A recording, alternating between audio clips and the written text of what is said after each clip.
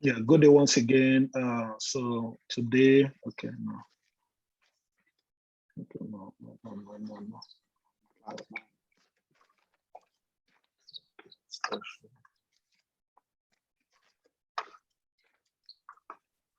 Yeah, good day. And welcome to another week. So we're getting, into the real business today. Yeah, these are what we're going to cover today. We're going to do some recap from the last class. Then we continue with our CICD.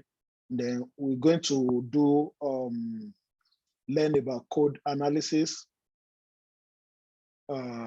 So we're going to learn about static code analysis with the SonarQube, and we're going to install it in the lab and see how it works.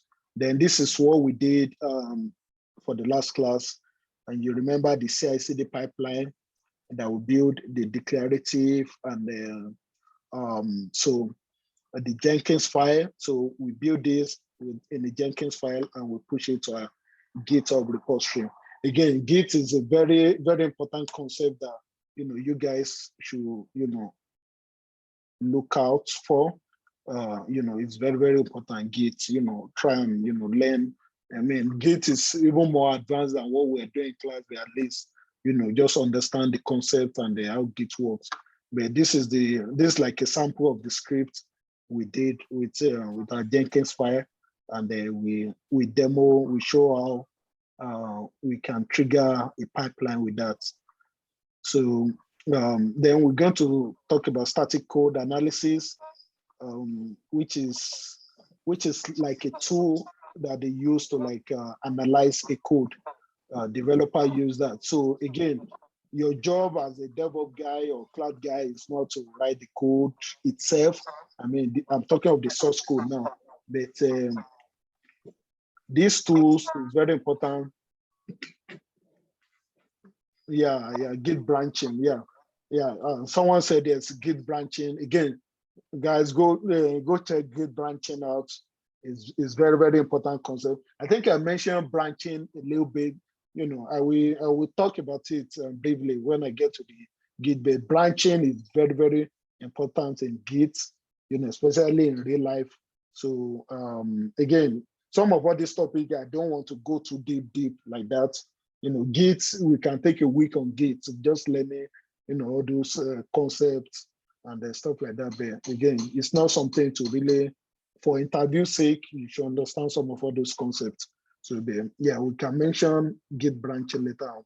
But yeah, back to this thing. So this static code analysis is used to analyze the code of a developer, okay, to find error, to know that they are following the necessary syntax, because again, coding, maybe they are writing it in a Java script language, or maybe Python, or maybe Java, or maybe PHP, Node, or any language. There are syntax, there are ways, best practices to write all this code. So these tools are very important. They will analyze it, and again, we are talking of thousands of lines of code here. So if you don't have all these tools, you may have to do it manually. Try to see if there's error in the code, if there's this thing, so it's not practical. It doesn't make sense. So all these things can be integrated in our pipeline, and it will do them in a very quick way. So we have a dynamic code analysis, then we have static code analysis. So basically what dynamic code analysis does is it analyzes the code after the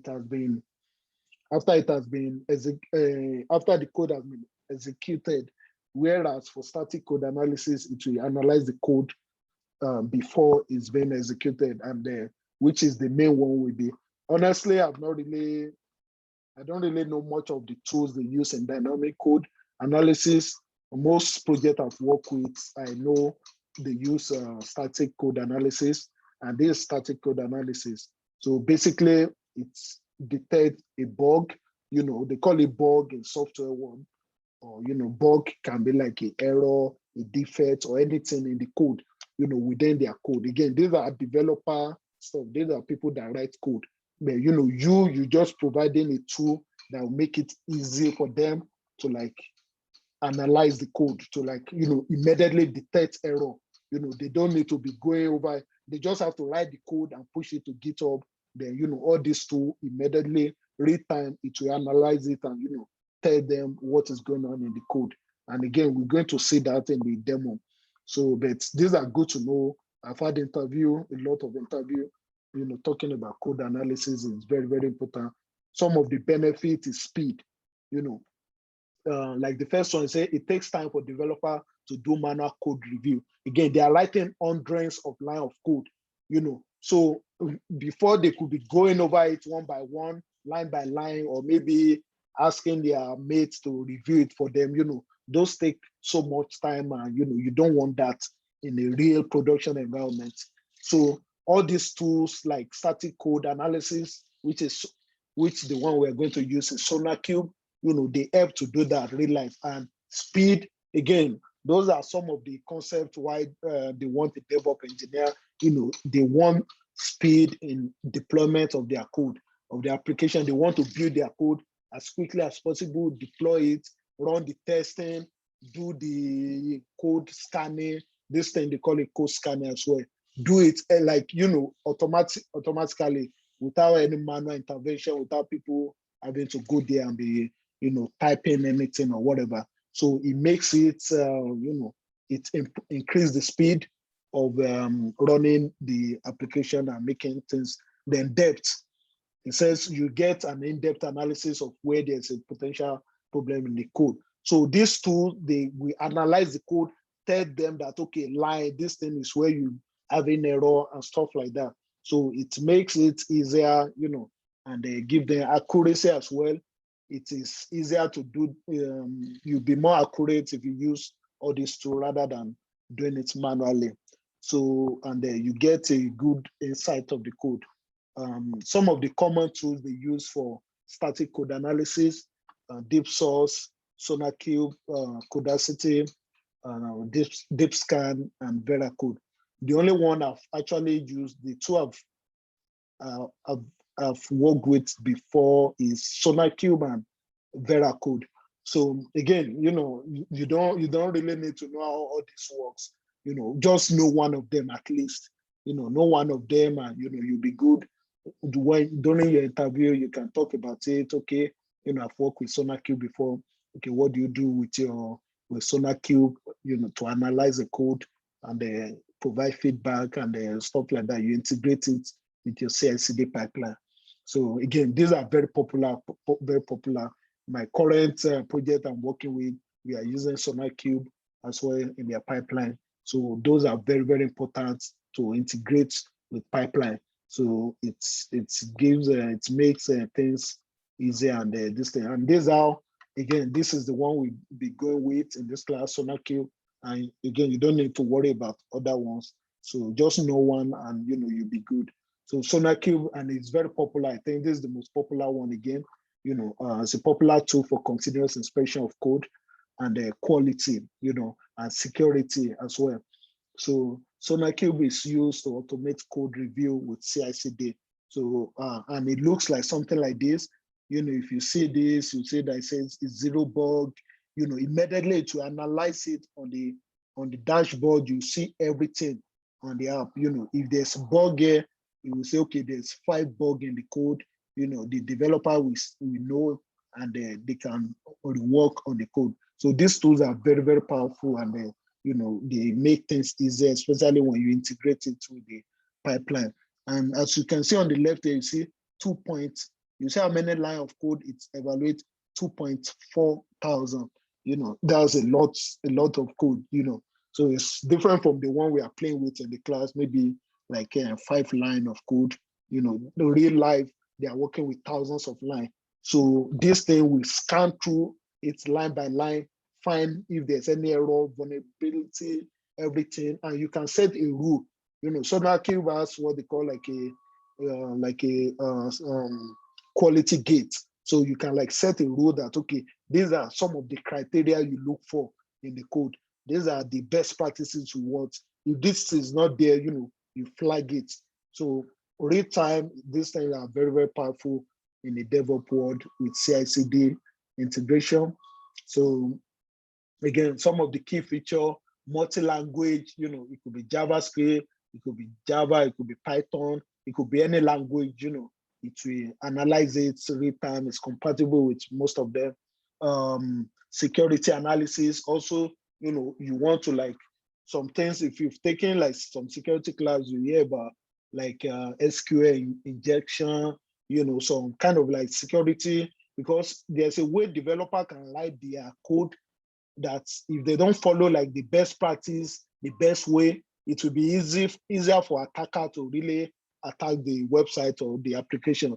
So, some of all these tools like SonarQube can look out for some of all those errors in the code, and flag it immediately. That, okay, maybe the syntax they use here was not, it's not like the code will not run, the code will still build, but the way they write it can give room for like a security hacker to like hack into the stuff.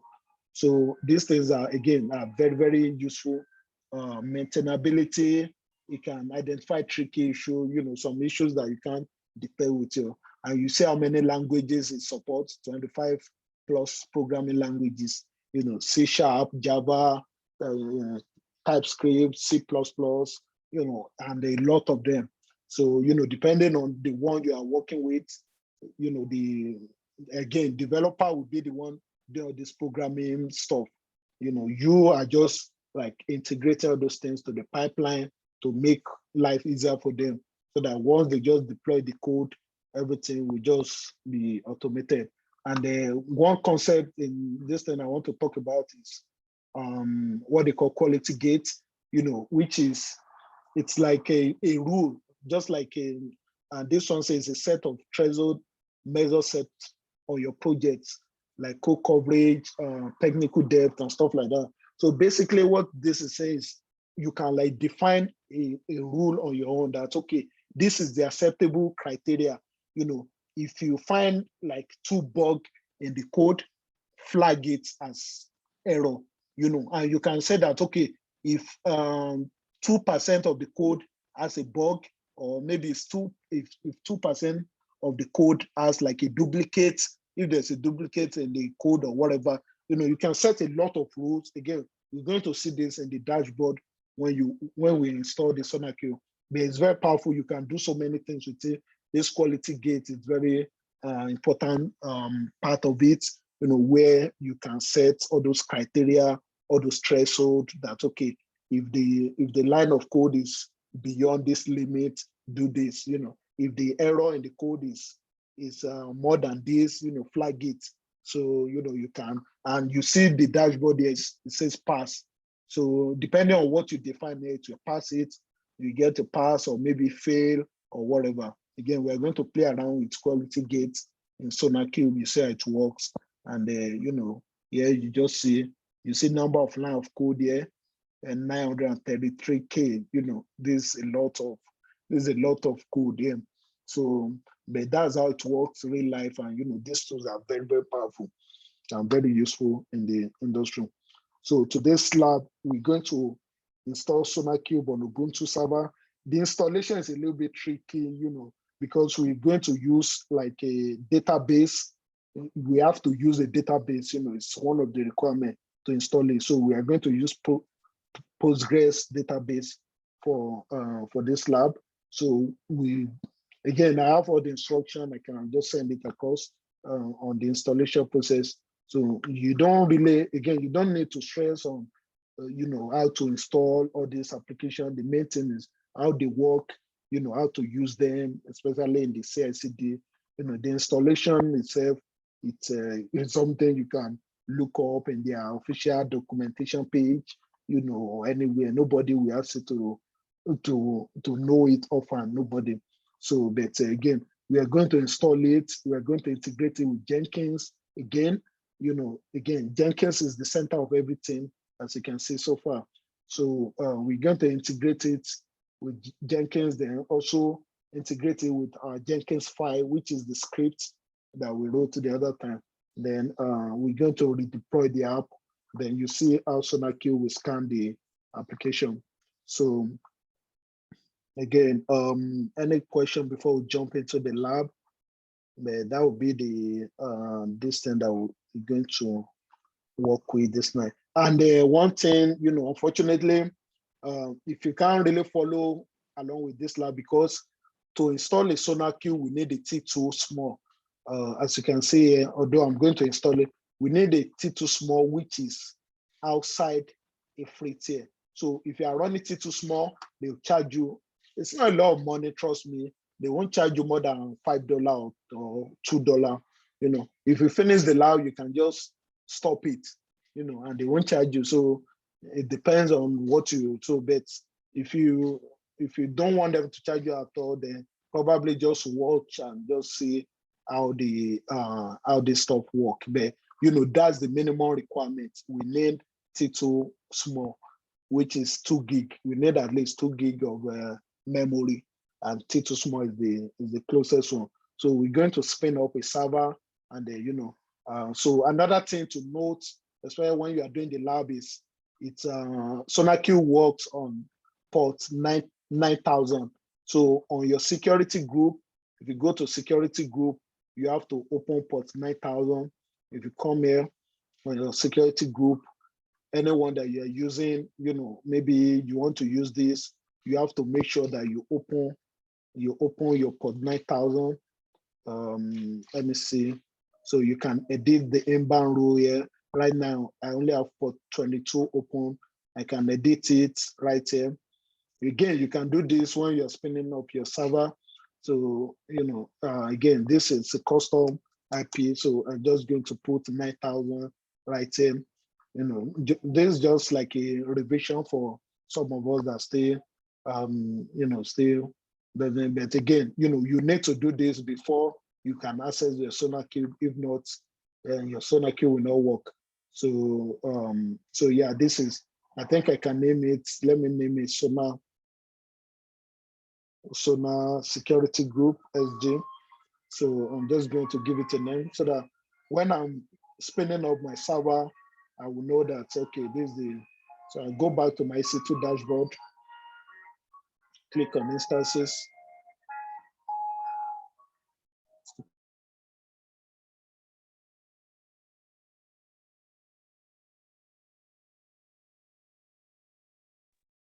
Yeah, sorry about that. There's a lot of noise there.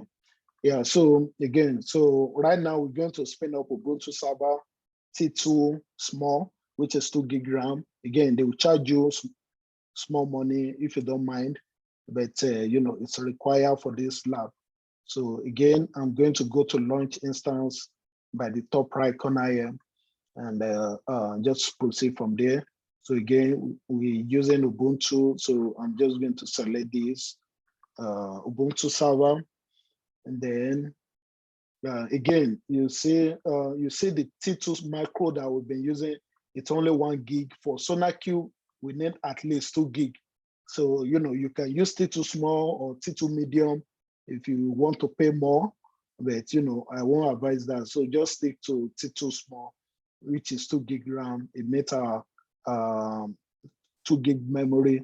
It meets our requirement. So you can proceed from there. So T2 small. And again, they're going to warn you that you are outside free tier. So if I click on next now, okay. So I will leave everything here as default. Then I'll click on next again. Then I will leave everything as default, next.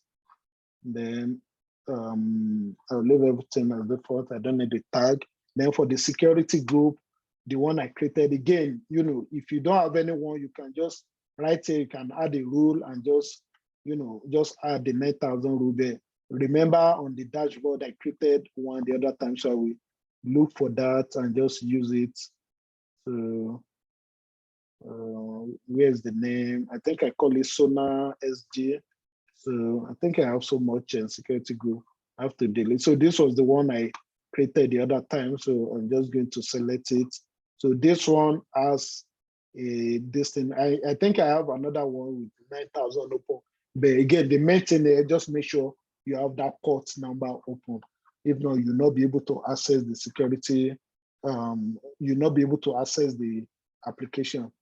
So you see, now they're giving me a warning that your instance configuration is not eligible for a free usage tier.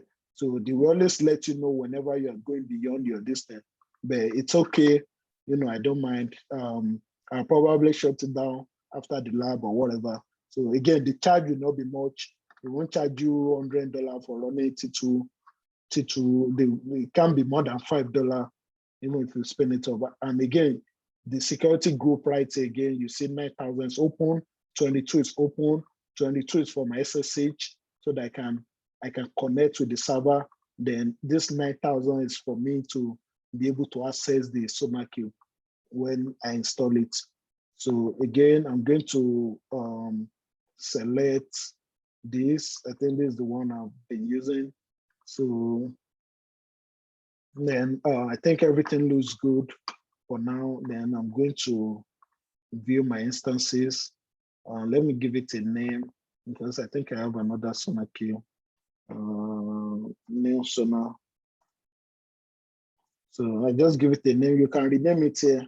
Don't know why it does this though. New Sonar. Oh, man. Sonar new. Let me save it before I change his mind.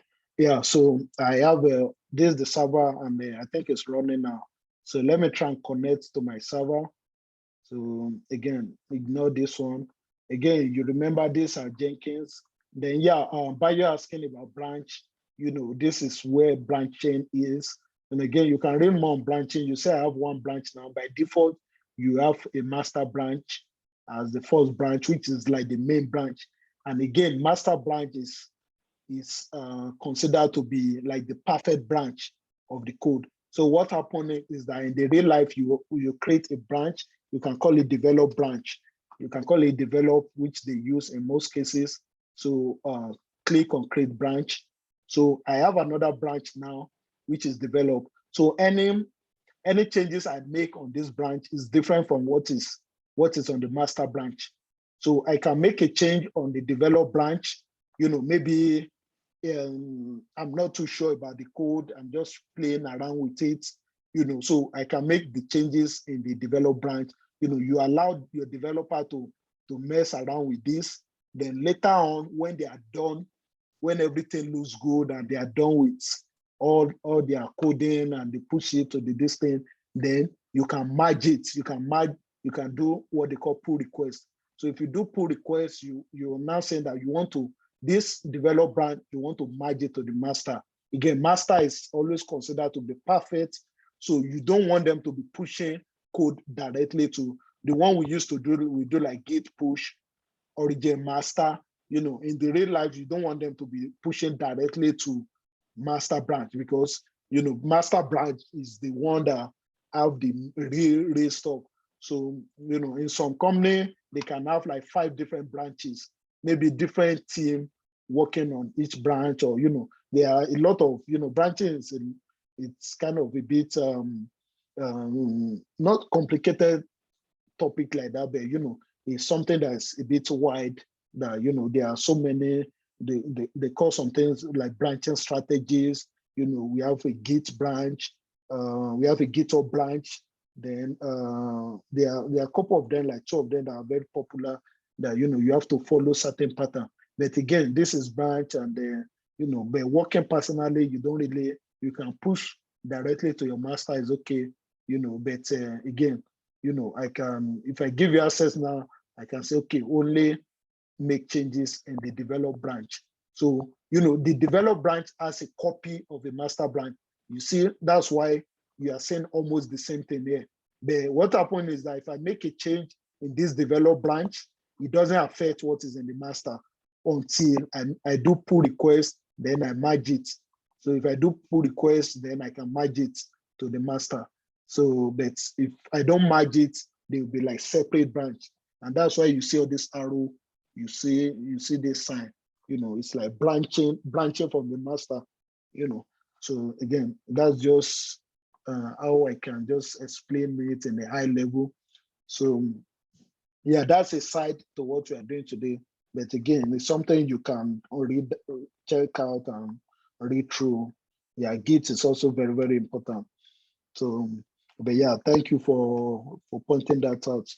But again, so I'm trying to connect to my EC2 now server. So what I'm going to do, I'll click on connect, because I will click on SSH client.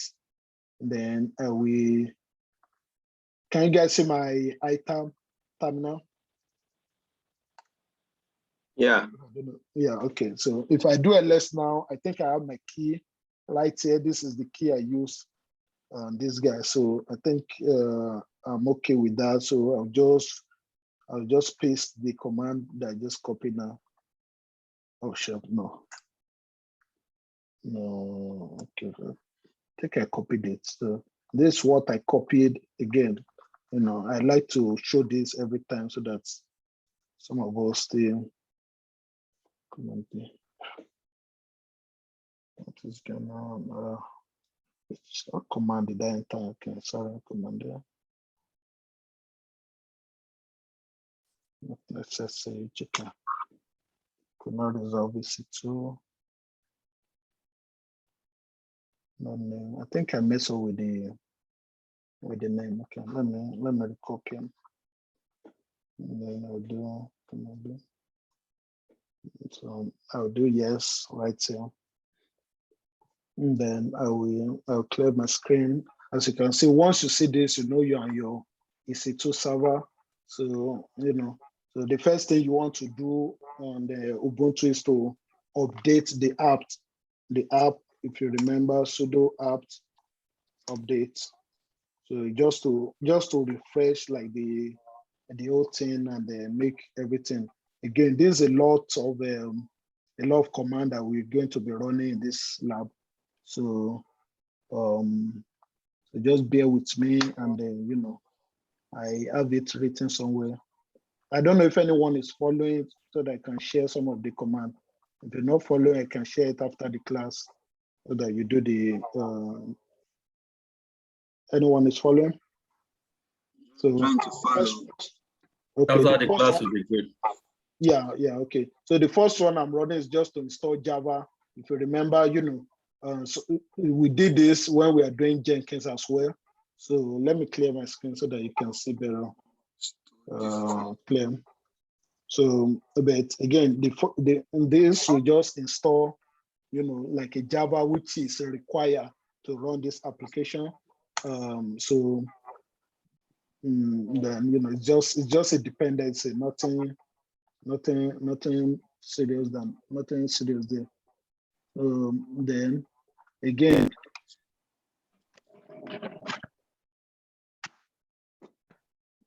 so I think we are okay. Stay installing.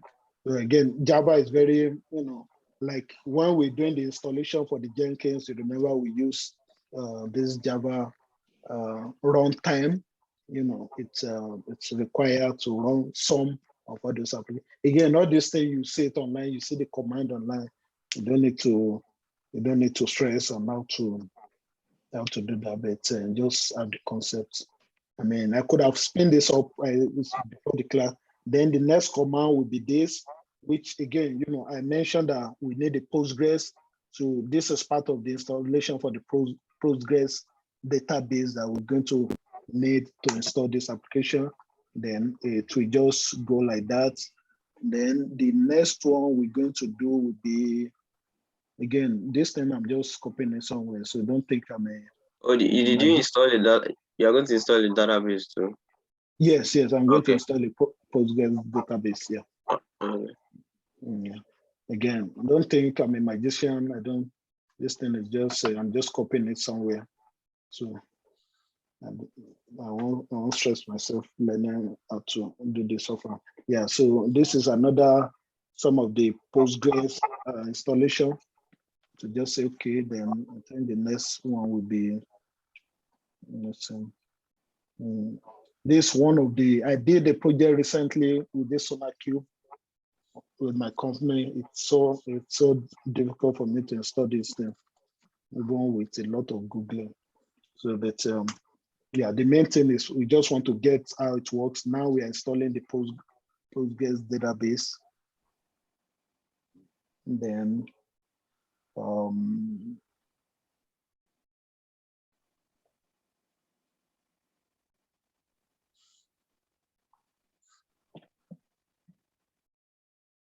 yeah, Postgres is just it's just SQL database. You know, it's similar to MySQL. Postgres, MySQL, they call them relational database. You know, which they use to just store data and stuff like that. They are relational database, non-relational database. That's where you see maybe MongoDB or DynamoDB on AWS. You know, I'm sure Yomi will remember all those things on AWS. So Yeah. So again, databases. So now we start Postgres SQL, which is a database. So we're starting the application. Then the next one will be to enable it. So just change this to enable Postgres. Again, all these things are, I'm not making them up on my head. The most important thing is, seeing how they work. And then now we are going to enter into Postgres user, because that's what we're doing here, sudo su dash. Then you see we move from this Ubuntu user, we are now on Postgres now. So we are Postgres as a user now, which is a user that was created, and then we log into Postgres. So because we want to do something in that application, so let's see what we have to run next. Again, I will send all the bunch of all these things.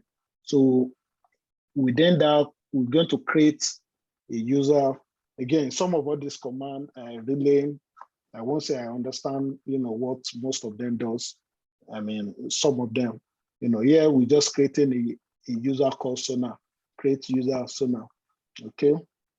And let's see what we have to do again, PSQL. So we're going to get into the Postgres itself, we're going to run PSQL.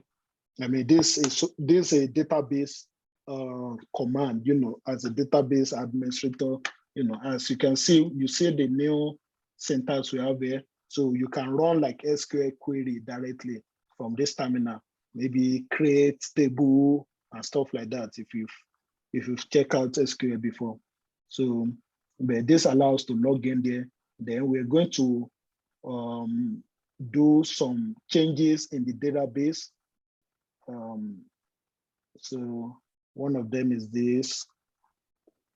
So this is basically just creating a user, then it's creating a password as password. User is Sonar, then the password as, again, these are like SQL query stuff, So these are, it's like another this thing again, I won't recommend you stress much about learning SQL for now. I mean, if you can, good, but just take it easy. But yeah, again, we're just trying to do the installation here, nothing. But this is required. So we created a database. So this command, when I was learning SQL, I remember all this query code. And that's how they write SQL script. So we created a database now. So let's see what we have to do now. Then we have to grant it a permission. Okay. I'm sure if I send this to you guys, you should be able to do it on your own. So this one grants it like a permission. Then the next one will be to exit here. I will run this to exit /q. And then to now exit back to Ubuntu and just put exit, because I'm in a different user. So I'm back in Ubuntu now, which is the original stuff. So we now have to start installing SonarQube. We are done with the database part of it. So we now have to start installing SonarQube at this point. So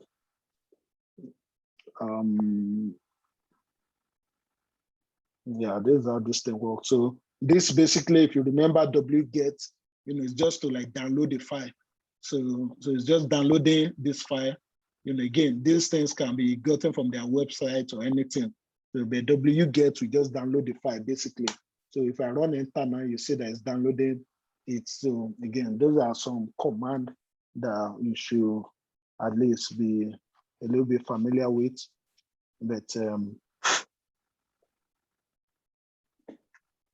yeah, so if I use ls now, you see what we downloaded. You see the name. So now we are going to unzip this.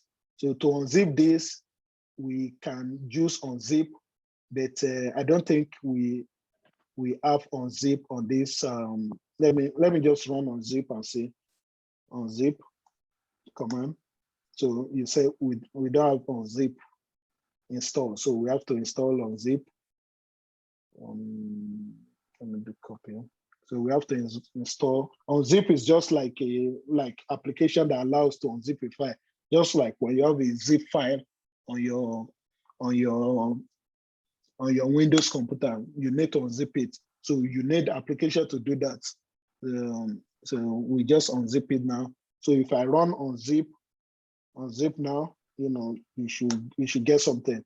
So then I can unzip the other file. But let me see how they unzip it. Okay. Okay. So basically, I'm not trying to mess up anything. I can unzip it directly and just call the name of the file. Let me just use what they use in the documentation. So what is going on here is that we are unzipping this file, which we downloaded. So this file just means that anything that has SonarQube. If you remember, let me do Control C. If I do ls now, you remember this is the file we want to unzip. So basically we say unzip anything SonarQube. Then it doesn't matter what ends it. Anything you see SonarQube, then anything ending it. So just unzip it, then put it in this directory, in /opt directory. So let me put the code again. So I'm just explaining some of them. So to unzip it, then we put it in this folder. This is a folder /opt. So if I run this code, it will unzip it, then we put it in the /opt. So if I do ls/opt, I should see what I unzip. You see now, there's no zip file there again. It's been unzipped. So the original one is still there. So but this was unzipped into another place. So that's what this command is doing. So again, these are some of the ways they do some of all this installation. Again, I will try and explain some of them as much as possible, but not everything. So, but yeah. So now we have that. The next one will be this guy. So basically, again, when you see move mv command, they use it for two things: to move file and to rename file. So basically, what we're doing here is that we're now saying that, okay, this SonarQube, you see that the name is long. We want to rename it to just SonarQube. Instead of just SonarQube -8.6.0, we are renaming it to just SonarQube alone. So this is what this command is doing. I think the -v, I can't really say what it's doing. So if I do ls again /opt, you see what we're going to see here. So you see we just have SonarQube. Whereas when we run that command in this first place, we have a SonarQube, but the mv command kind of like rename it.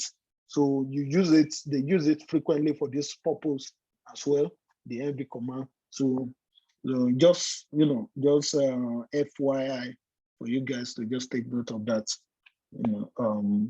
Again, these are Linux command. So we're going to add a group now, which is called Sonar. We can't wait for this configuration to end. We're going to add a group called Sonar group. Then we're going to add a user to that group again. So I don't know why they're adding group 2, but don't stress too much about that. So they're adding a user there right now. Let's see, Control C.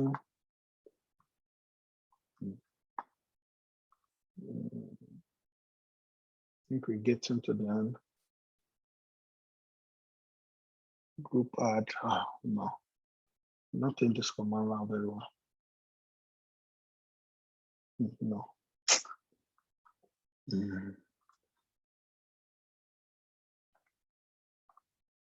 Okay. Let's see. What's this? Okay. Okay. So basically, this is adding user to the group that we created. So that's what this is doing. Then the next one would be to change ownership of the group. Let's change on.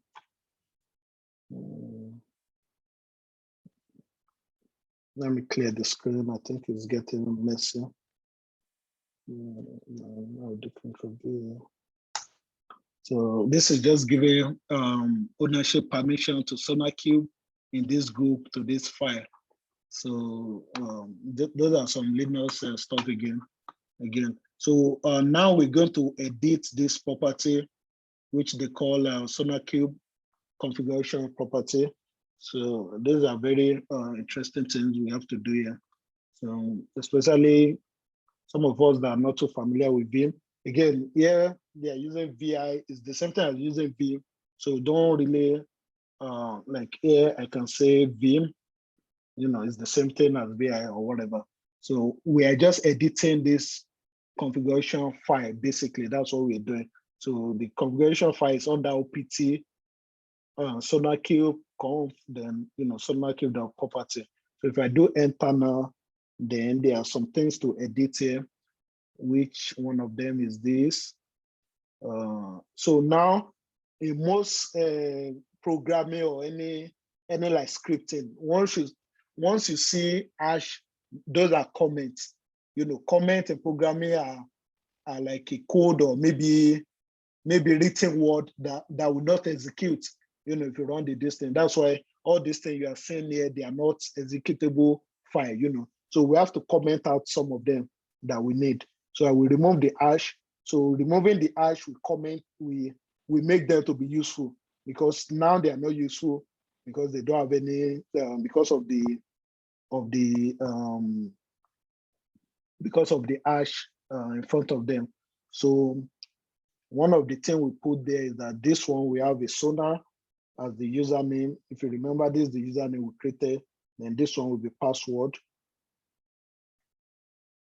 So again, you will just uncomment this, then fill in the answer there, this thing. Then next is to add this, which I will do right now. Again, I don't know what this is actually doing there. 1 second or so.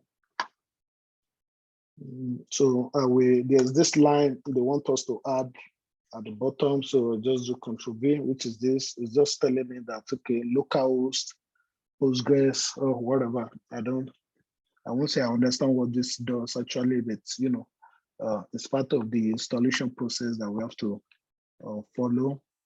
Then again, we are done with this part. So again, to exit this thing, I hope you remember escape. You go with escape first, then colon WQ. So you hit enter, then the configuration is saved. So I think there's one last thing that we need to edit, and then we should be good. Yeah, I know the installation is it took me, I had to like try it on my own to make sure it's working, because I've tried this thing before. It gave me so much tough time. So again, we are editing another file here, which is right, it's a shell script, so we're going to make some configuration there. So then let me see what we're going to change there. Again, you see all those hash symbol, those are comments, just comments, they are not part of the code. Sometimes they give you information about things or whatever. It's very common. It's a very common practice in the developing world, developing this thing. So add enable the below, run as sonar. Okay, this is the hand. Okay, that's all. Then some of the shortcuts we have here, if you do Shift G will take you to the end of the script. So those are some of the things you can look out for in when you are using Vim. Again, these are shell scripting. You know, this is what they call case in shell scripting. But add enable below. Okay.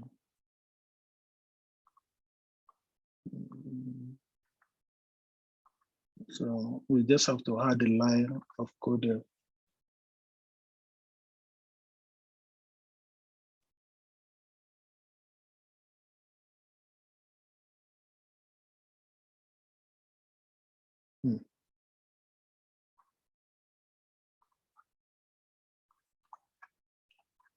I don't know where. Oh man, I think I will exit this and go back. Let me exit this and go back. Okay. Okay, let me just add it here. Control V. So this is just the line I added. Again, you can add this. Let me see. Yeah, almost anywhere. I don't know. I think so. So, but hopefully this works because this thing is very sensitive. I don't know. Then, okay, let's exit from here. I'll do WQ. And then the next one we have to edit. Hopefully this will be the last one.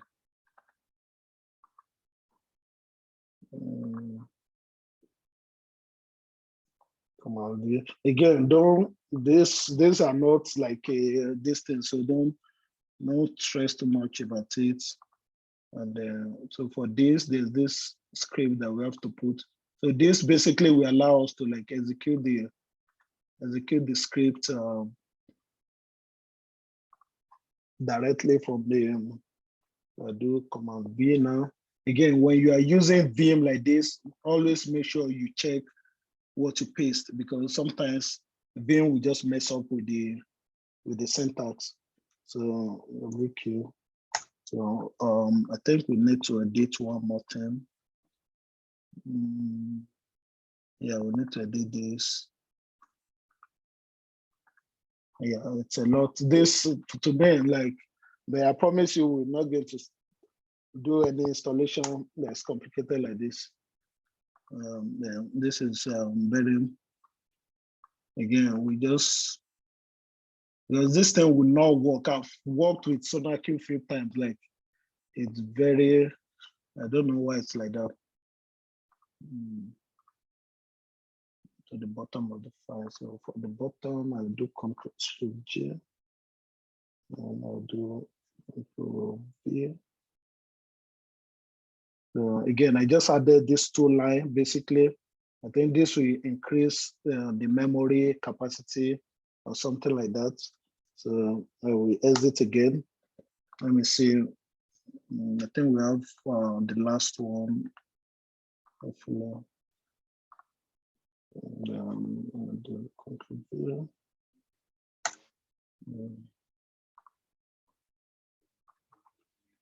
If you just want to jump to the end of the file when you're in Vim, use Ctrl+G, because some of this thing, they say like, okay, put it to the end of the file. So if you do Shift-G, it will take you to the end of the file, then you can paste the stuff there. And then make sure you know the. So again, these are doing some things I don't really know. Let's just allow peace to reign. So I think we're done here. So let's say reload. We should run this command.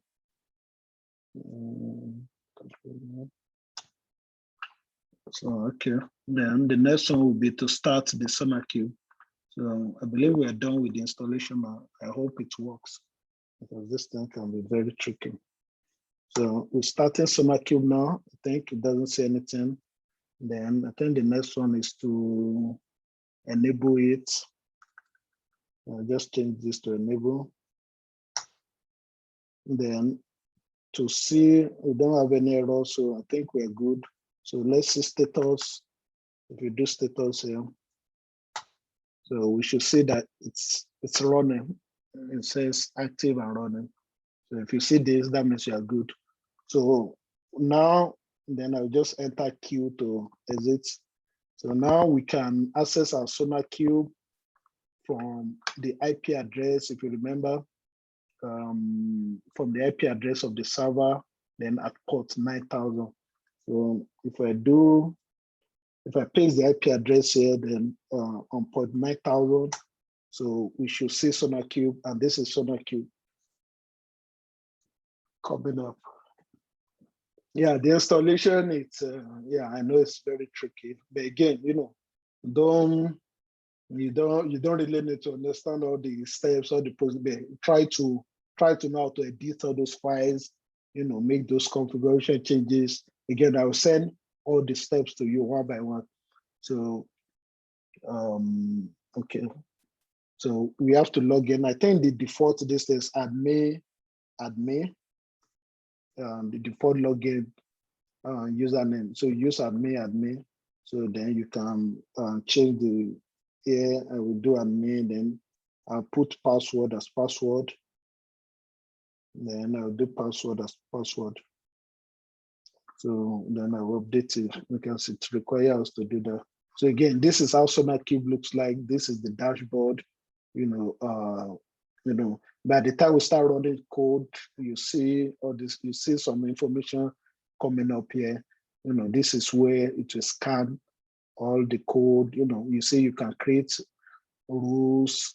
You can create rules based on what you're looking for. You know, there are complex things. You see all the languages. For example, maybe Java. You know, there are rules that you can define there, and then, you know, it will scan the code really live. So again, you know, high level, don't dig too much on SonarQube. Just know what it does for this thing. They integrate it with the pipeline.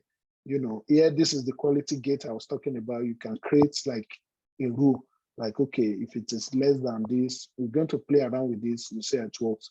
So first thing I want to do, I would like to, again, this thing is in, the objective here is to integrate this with the with our pipeline, with our Jenkins pipeline. Let me see. Let me hide this floating. Okay, so the main thing is to integrate this with our Jenkins pipeline. You know, if you remember, we have our pipeline running. Let me grab the IP address of our Jenkins. So this is Jenkins. Then there's the public IP address. Then let me just paste this with 8080. Again, Jenkins is 8080. Okay, SonarQube is 9000. You see that they are different. So, you know, you remember these are pipeline, the one we've been doing. These are pipeline, the one we had before. So now, you know, again, okay, let me show you what our pipeline look like. Just a reminder, you know, we have a build, you know, we have a test, then we deploy. So now we try to put the code scanning like in between, you know, like before we deploy, we try to like integrate SonarQube in between this pipeline. So we're going to have another stage here that will be called maybe SonarQube or whatever, you know, so such that automatically it will be scanning any code change that the developer make to the GitHub. So again, you remember this thing is integrated with GitHub already. You know, we have our pipeline. These are pipeline scripts.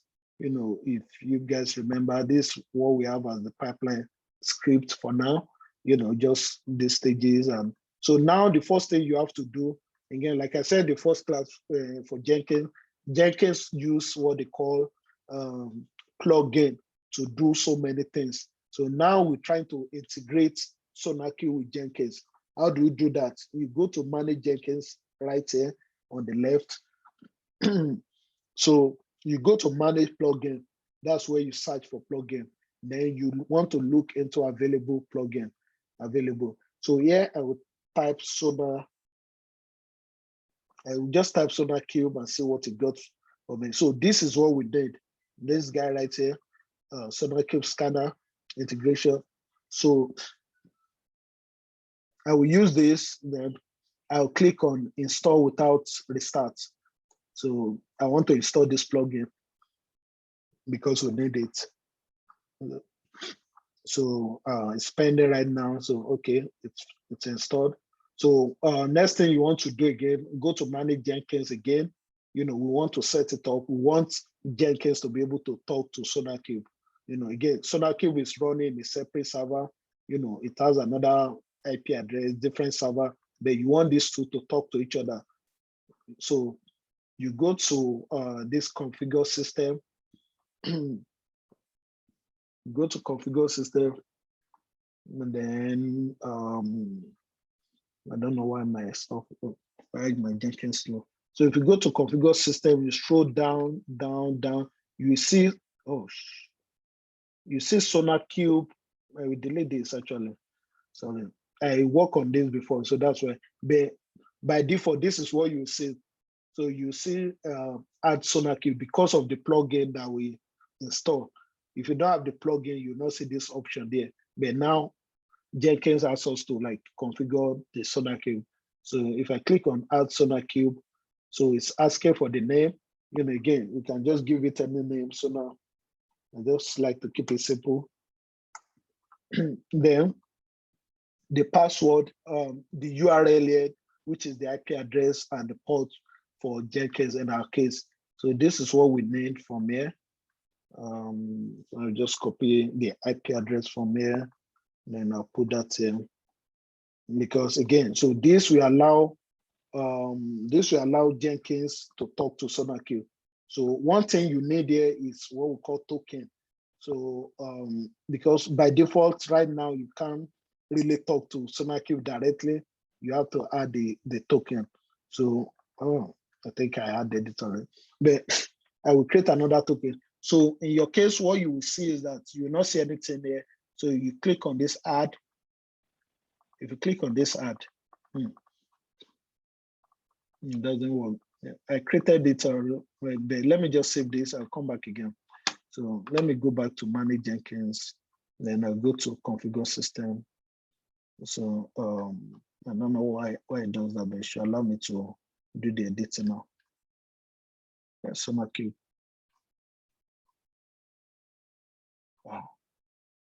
Manage Jenkins. Configure system. Yes, okay. Yeah, so here you click on this add. So if you click on this add, you see Jenkins. So you click on this Jenkins.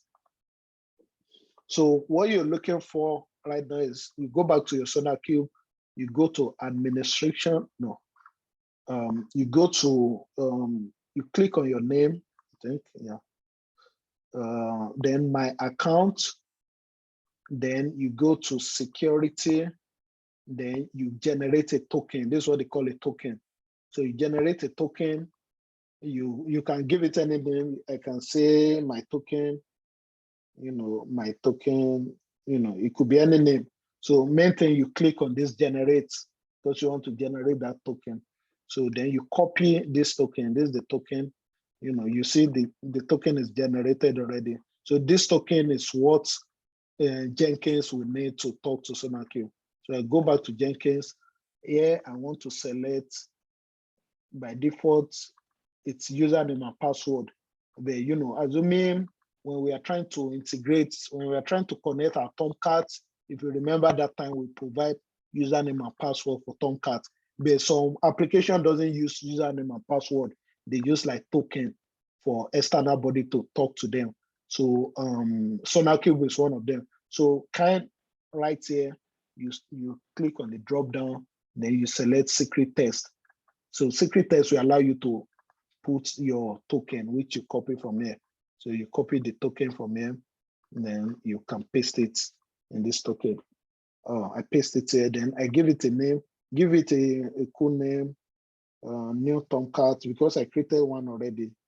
New new Sonar. Because I already created one, so I don't know. Yeah, so I just give it a name, this ID, then that's it. The main thing is this token that you have to add there. Then you click on add. Then right here, you have to select that. So this is the one I had before. So in your case, you may only see one. So click on this one. So, and you are good with this setup at this point. So you can click on save. So we are good with this thing. Again, we are working on pipeline. So, you don't really need to do anything like that. If I click on configure, you see that there's nothing you can literally do on this dashboard. Everything you have to do it on the script. So if you remember, we have our script right here on GitHub. So we're going to edit this script so that it will have a step to like integrate to SonarQube.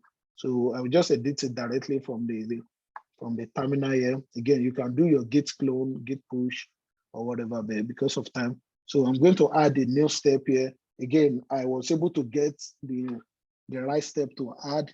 I will send the updated scripts to you guys if you want. So, but this is the script we are looking at. So this is the stage that we want right now.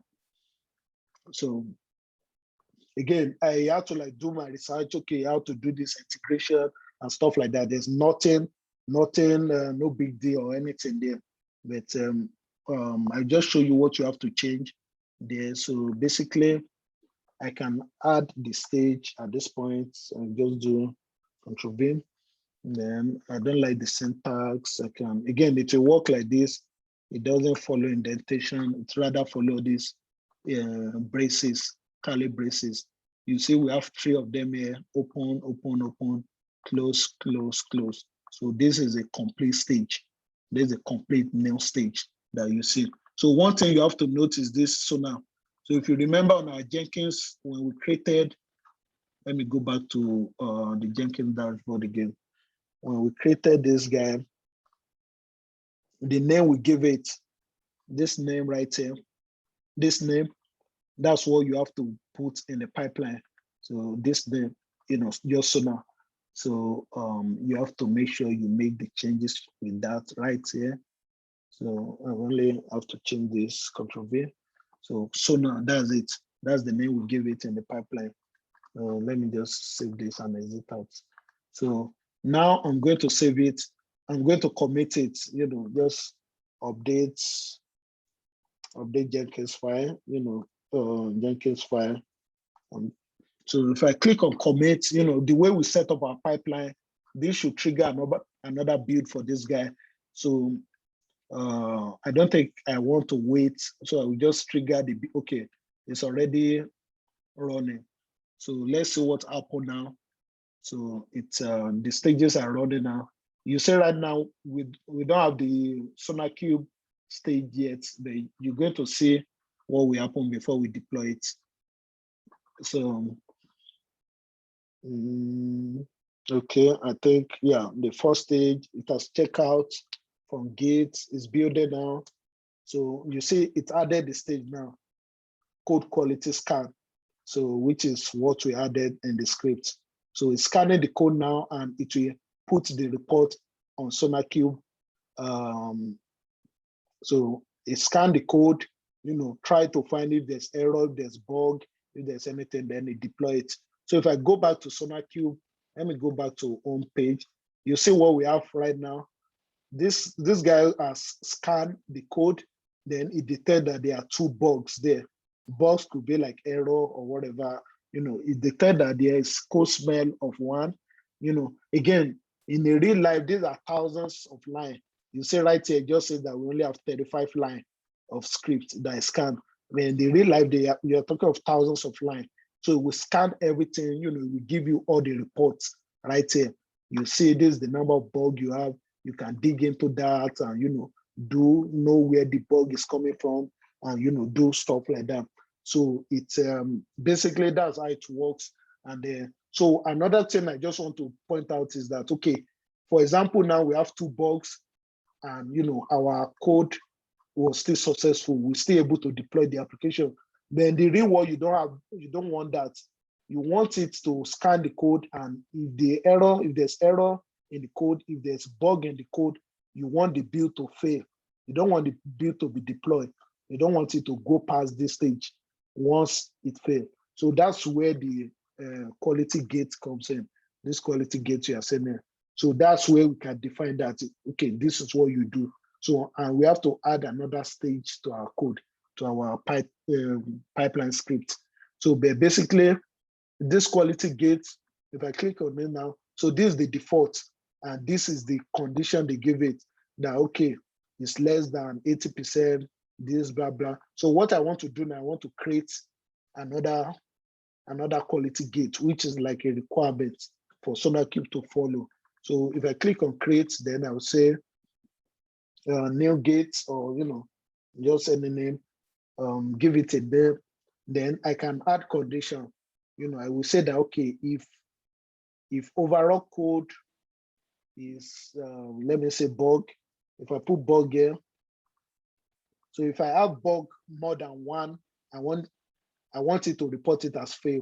Then I can keep adding more condition there, like, okay, if the overall code, if the line of code is, if the duplicate line is more than maybe 3, you can just have a bunch of conditions that you define for the code. Again, these are like developer work to like know the condition they want for best practice, but they can define all those conditions here. And SonarQube will use that, all this criteria to like analyze the code, and it will generate a report based on that. That, okay, these are what happened. There are 10 lines of code.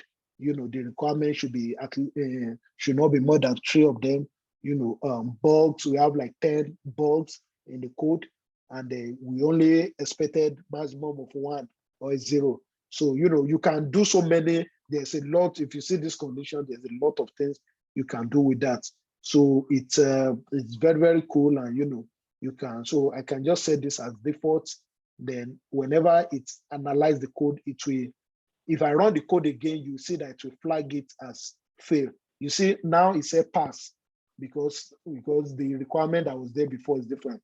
If I run this, if I build now again, you see the new one that will come up here. It will fail because the bug in our code is 2, and we already put a condition that we only want maximum of 1 bug in the code.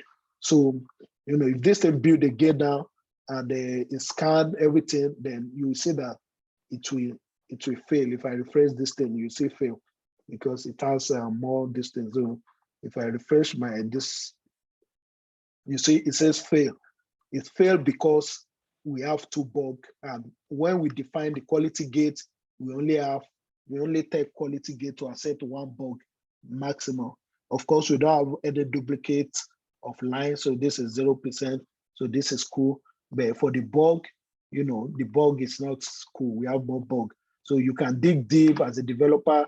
They can dig deep and see where the bug is coming from to fix it, or whatever, different things you can do with this thing. So what we now want is that we don't want, if there is a bug in the code, we don't want this thing to be deployed. We don't want the stage to pass through this stage. So that's when we have to add another stage to the code. And before we add that, we need to do this.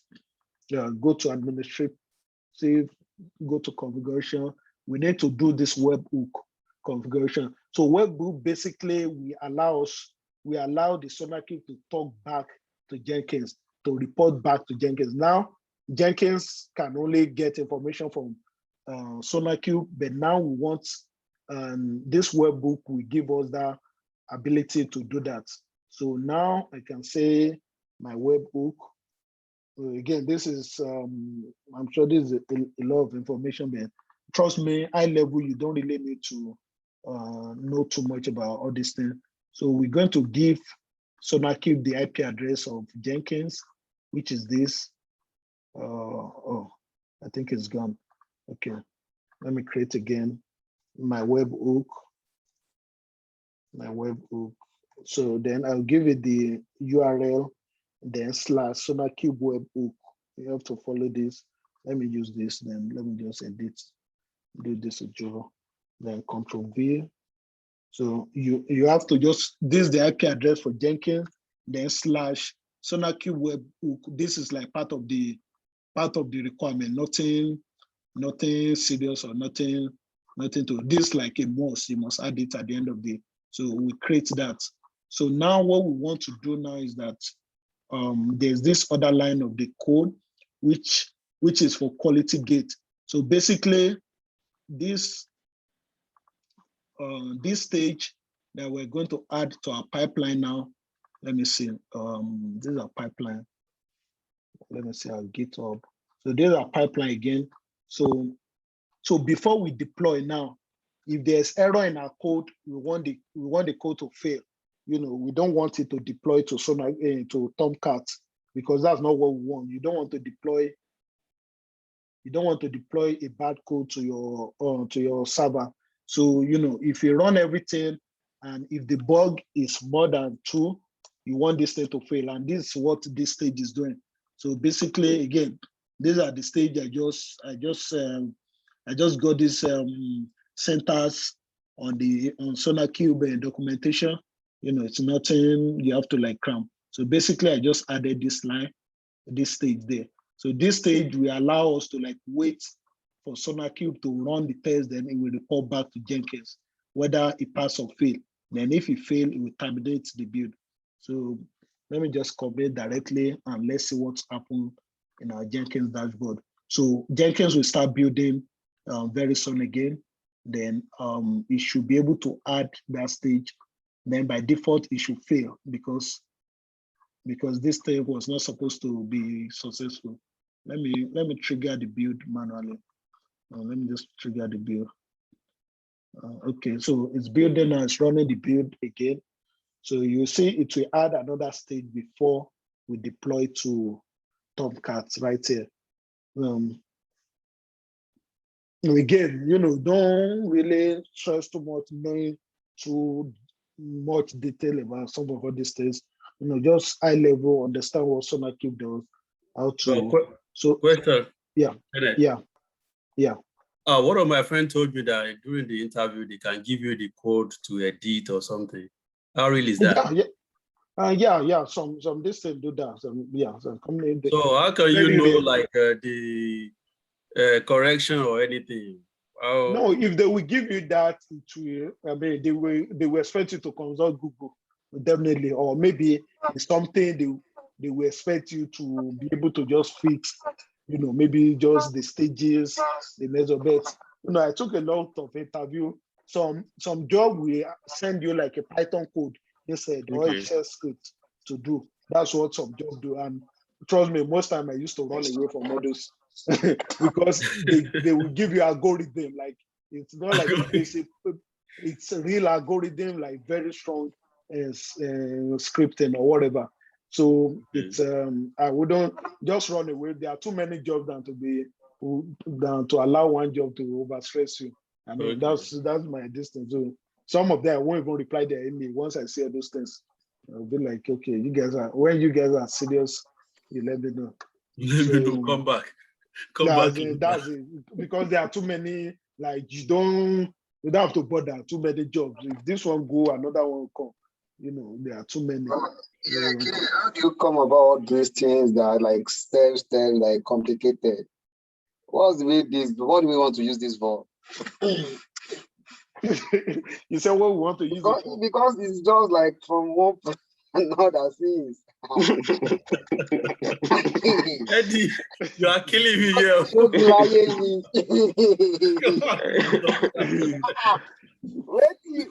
How you come about this? Like, I'm not the one that come about it.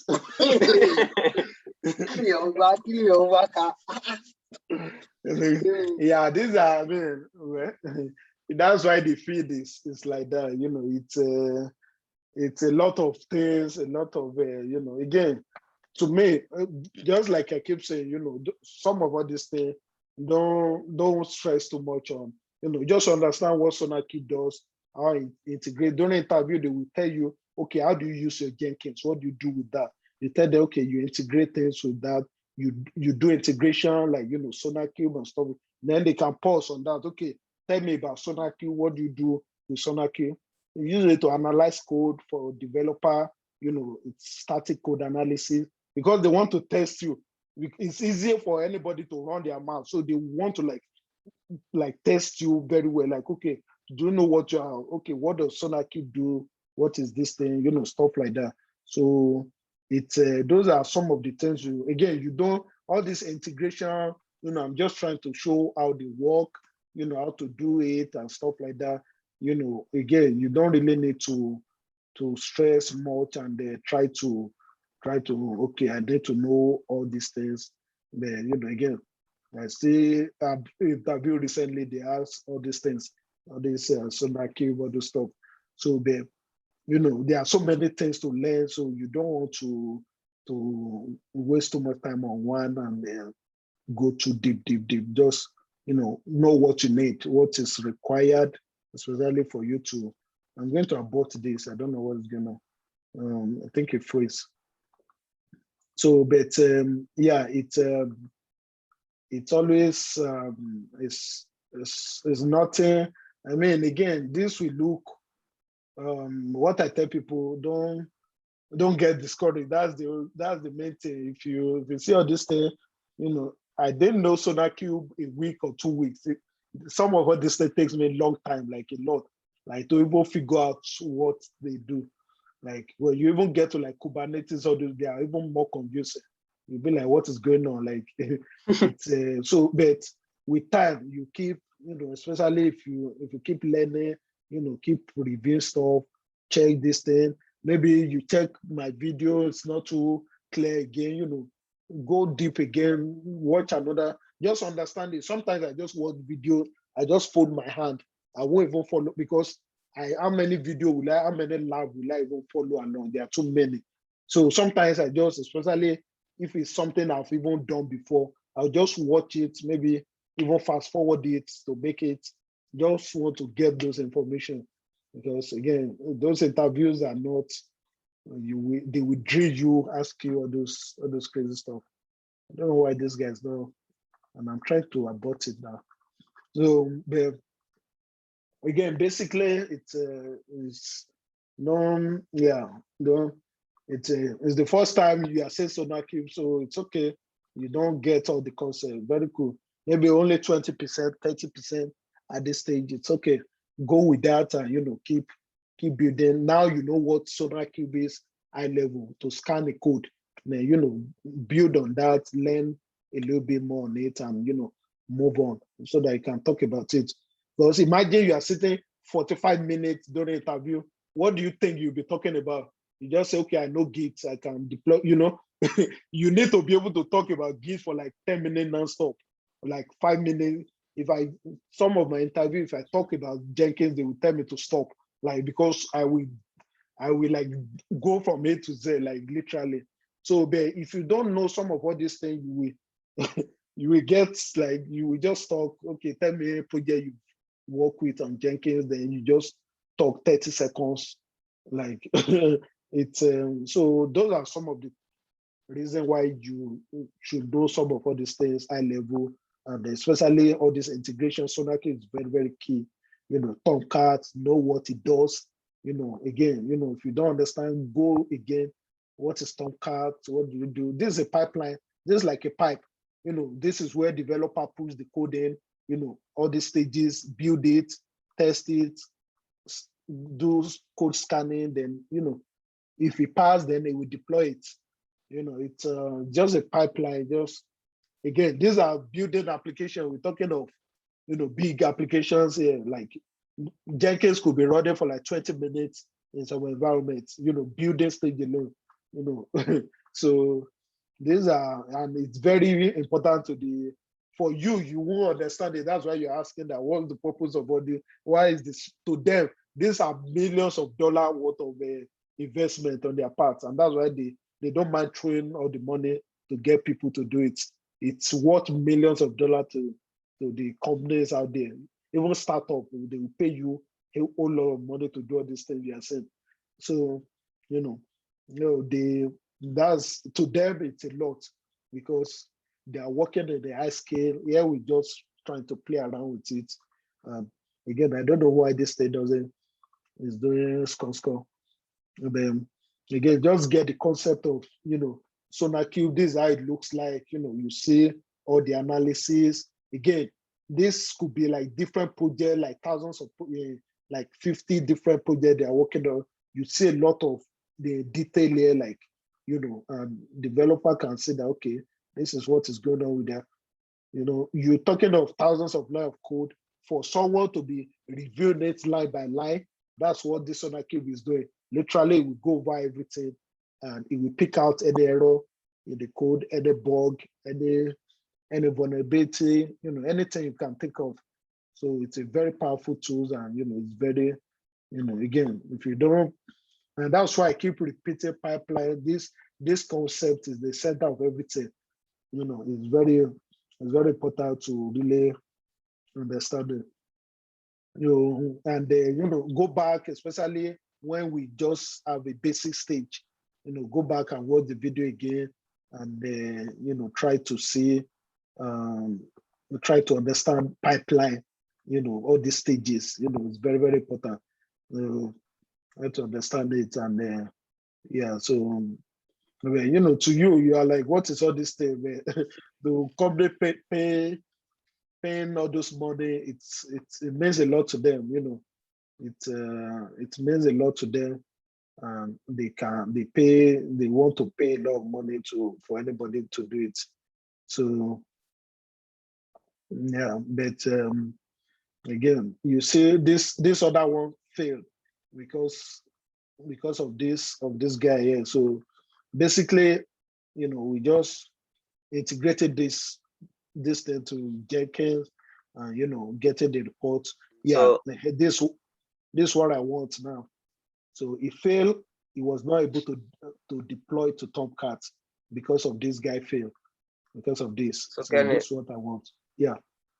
So the work of SonarQube is just to like detect error in your. Yeah. Scan error. Yeah.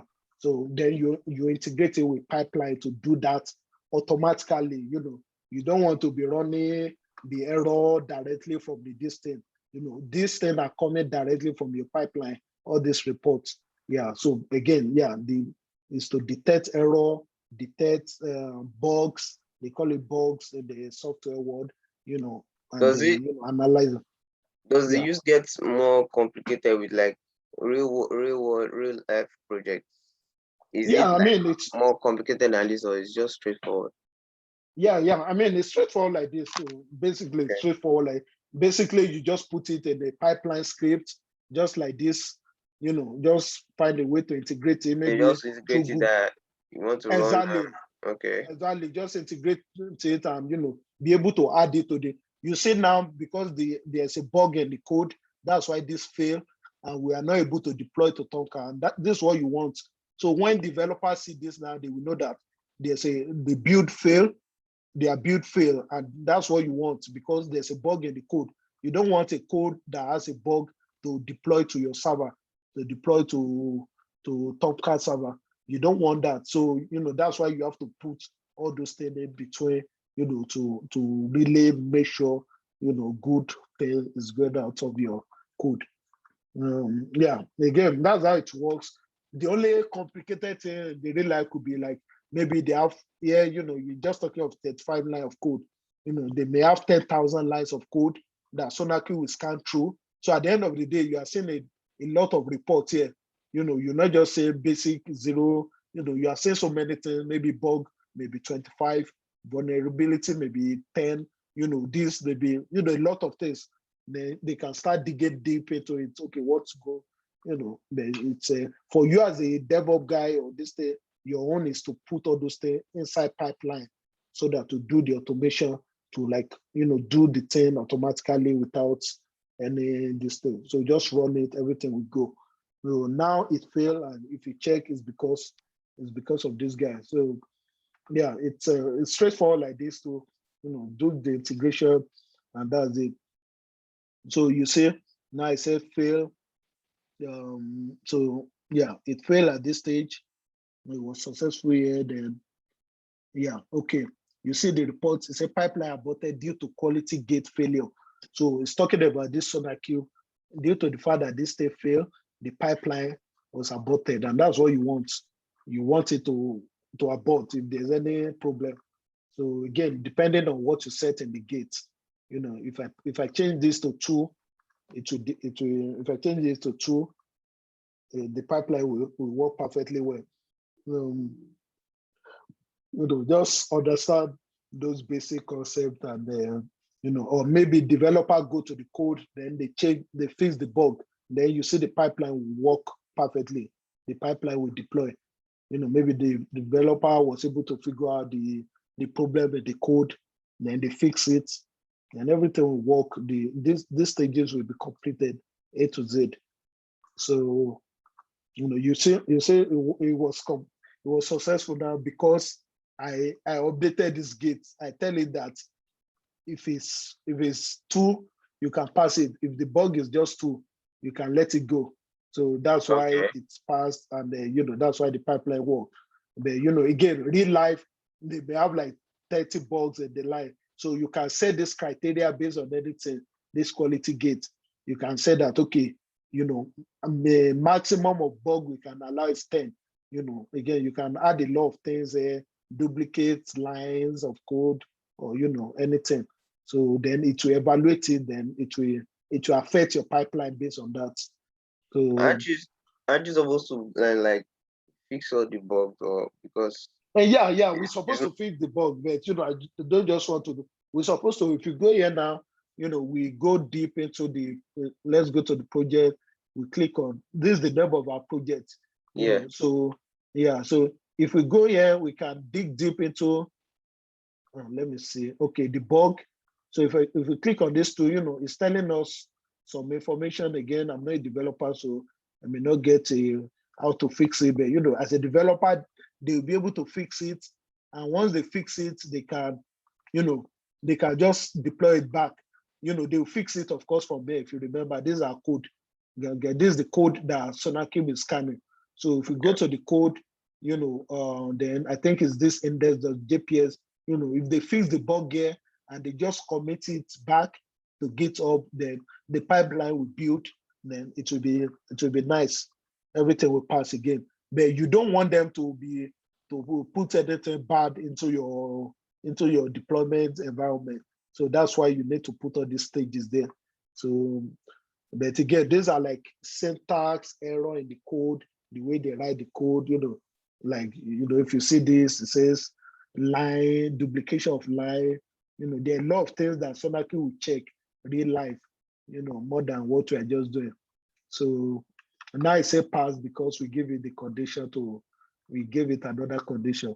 So if we change this to 0, that okay, 0, you know, any bug, if you see any bug at all, more than, you know, 1 or so, it should fail. So, you know, you can set so many. So again, these are basic stuff. You can do advanced, you don't really need to know too much of the details. But again, this is how it works real life, nothing extra or whatever. Yeah. But again, going back to your question, these are very, very important I will share this Jenkins file again, the updated one. You know, you can look it up and maybe try to do it. Again, the only thing we did is just these 2 stages for the distance. Yeah, but again, these are very, very important to the companies, to, you know, to those people, very, very important. You know, they want what we call acceleration, you know, want to get, because they're working in, like, you know, we just said one distance. In real life, you see like 30 different application projects they are working on, like 30 or 50 or 70. And like, you know, it could be like, it's a lot, you know, so it's difficult to be doing things manually and be, you know, and you know, a lot of people working together through GitHub and stuff like that. So it's very huge. Those skills are, you know, it's very, very important. Yeah, for SonarQube, you know, again, you know, if you don't understand much, you know, if you check out the video, you still don't, you know, just take maybe just a 30-minute video, or you can read any this thing about SonarQube again, just understand how it works, then you'll be good. Again, these are stuff I believe you need. You will get on this thing, you talk about it in the interview, and they will ask you question most times. So yeah, let me stop my SonarQube server and I don't get charged. Again, you can stop it if you follow up the lab, or if you want to follow up the lab. Well, stop it. I don't terminate it. But our pipeline is getting into shape. It's looking good.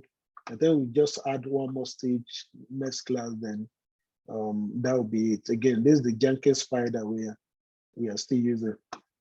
And this is how our Jenkins look like. But the main thing is the integration part.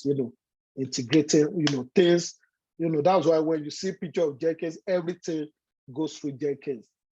All the integration, everything. You integrate so many things with it. There are a lot of things you can do with it. I'm sure you can integrate WhatsApp with it if you are not careful. So the Jenkins will be notifying you on WhatsApp if anything is going on. So it's so flexible, it can do a lot of things. But yeah, that is SonarQube. Don't mind about the long installation. Don't bother about that. Okay, there's no WhatsApp. Don't bother about that. It's just installation. It's something, no one will ask you to. I can guarantee 100%. No one will ask you to be installing Jenkins during the interview, or installing